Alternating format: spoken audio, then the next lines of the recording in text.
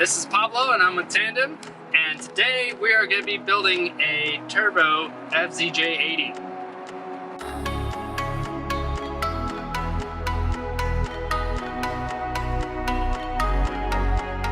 Alright guys, so we finally get to start on this 1997 FZJ80.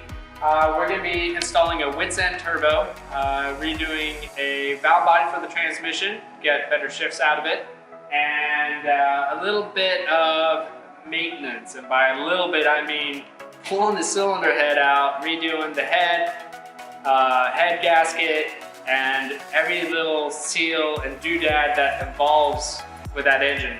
So the one thing I want to note is before we start on this bad boy is that we're going to go ahead and test drive it, get a good baseline of where we're at with the truck, see how she behaves, and then we're going to go ahead and stick it on the lift and we're going to start tearing it apart.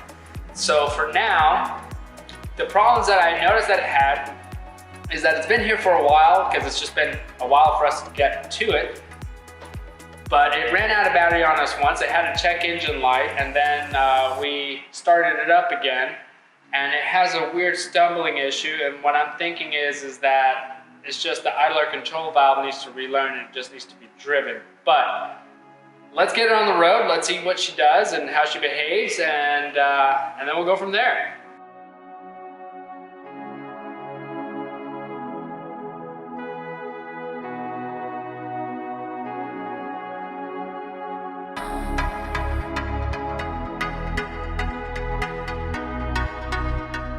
Alright, so that was pretty much the test drive, and pretty much we solved the problem what we were thinking was going on with the stumbling issue, and that was the idler control valve was, well, the idler control valve lost its memory, and because it just needed to be driven so the computer can figure out the variables of where it needed to be at so it can handle that low idle.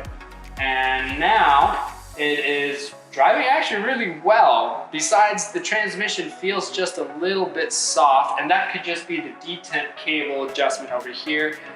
After a certain amount of time and miles and all of that, the detent cable on this transmission tends to stretch out and gives you a kind of a soft shift feeling. So that might just need to be adjusted. There's no point in adjusting it right now because we are going to be changing a lot of the transmission and tearing this whole upper part of the engine apart.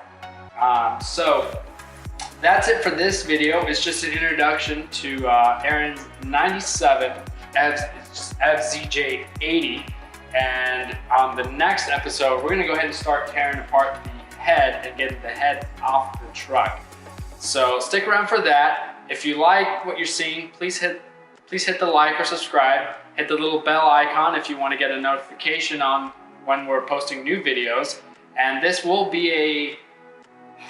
going to be a long series because there is quite a bit of work to do to this thing. There's a bunch of parts in the back that I'm going to have to go through and install. So stick around. We'll see y'all later.